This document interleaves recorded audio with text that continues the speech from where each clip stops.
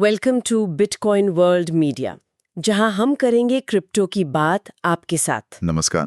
तो आज की जो बड़ी खबर है वो ये कि भारत सरकार ने बिटकॉइन और क्रिप्टो करेंसी पर रिसर्च के लिए एक खास सरकारी संस्था मतलब एक रिसर्च इंस्टीट्यूट शुरू किया है। हाँ, ये काफी अहम खबर है। तो इसका मकसद क्या लगता है? मतलब सरकार अचानक रिसर्च क्यों करवा रही है? देखिए, मकसद तो यही लग रहा है कि सरकार अब इस पूरे मामले को ठीक से समझना चाहती है। मतलब जो भी जानकारी इस रिसर्च से मिलेगी उसके आधार पर क्रिप्टो के लिए सही नियम कानून बनाए जा सके, अंदाजे से नहीं। अच्छा, मतलब पहले जो बातें चल रही थी कि शायद बैन कर दें या कुछ। हाँ बिल्कुल, पहले माहौल काफी अनिश्चित था, बैन की बातें भी थी, लेकिन अब लग रहा है कि सरकार का रवैया बदला है।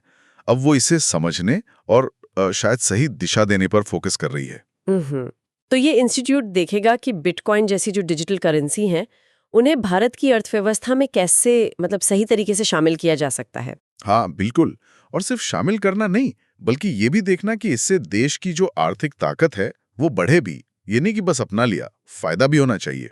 ठीक है, तो फोकस रहेगा एक तो समझदारी भरे नियम बनाना, सही। दूसरा ये जो ब्लॉकचेन टेक्नोलॉजी है उसको भी शायद बढ़ावा देना। बिल्कुल, ब्लॉकचेन तो इसकी बुनियाद है और उसके और भी बहुत सारे इस्तेमाल हो सकते हैं, तो उस टेक्नोलॉजी को बढ़ावा देना भी जरूरी है।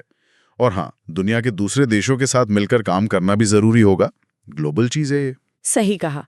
तो कोशिश ये है कि क्रिप्टो के फायदे भी मिले और जो जोखिम है उनसे भी बचा जा सके। एग्जैक्टली, बैलेंस बनाने की कोशिश है, क्योंकि फायदे तो हैं, लेकिन वो जो कीमतों का बहुत तेजी से ऊपर नीचे होना है वो एक बड़ा जोखिम है, उससे बचाना जरूरी है। और क्या सिर्फ कीमतों का ही जोखिम है या और भी कुछ है? नहीं नहीं, सिर्फ कीमतें नहीं, और भी चीजें हैं।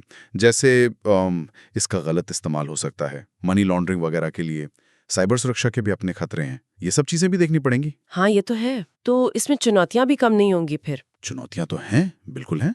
सबसे पहली तो यही कि नियम एकदम साफ होनी चाहिए, कोई कंफ्यूजन ना हो।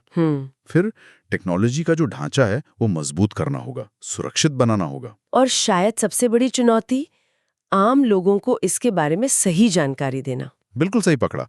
लोगों को पता होना चाहिए कि ये क्या है, कैसे काम करता है, क्या फायदे हैं, क्या नुकसान है। तभी तो वो सोच समझकर इसका इस्तेमाल करेंगे, वरना नुकसान उठा सकते हैं। सही बात है। खैर, इस कदम से लगता तो है कि भारत अब डिजिटल फाइनेंस की दुनिया में एक अहम भूमिका निभाने की तैयारी कर रहा है। हाँ, ये इरादा तो साफ दिखता है।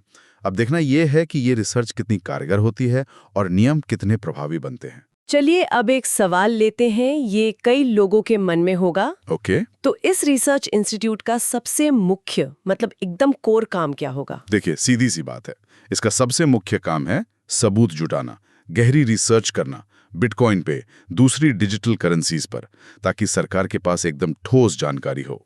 अच्छा। हाँ, और इसी जानकारी के आधार पर सरकार बिना किसी भ्रम के सोच समझकर नियम बना सकें। ये इंस्टीट्यूट एक तरह से टेक्नोलॉजी और पॉलिसी के बीच का पुल बनेगा। इसका लक्ष्य है समझना कि देश को फायदा कैसे हो और खतरों को कम कैसे किया जाए। बिल्कुल साफ है। अच्छा, अब श्रोताओं की सोचने के लिए एक सवाल छोड़ते हैं। आपको क्या लगता है, इस तरह की रिसर्च से भारत डिजिटल दुनिया में अपनी जगह कैसे और मजबूत कर सकता है? सिर्फ रिसर्च काफी है या कुछ और भी करना होगा? सोचने वाली बात है। चलिए, डेली न्यूज की जानकारी के लिए हमारे चैनल को सब्सक्राइब कर लें। जल्दी मिलते हैं एक नए टॉपिक के साथ।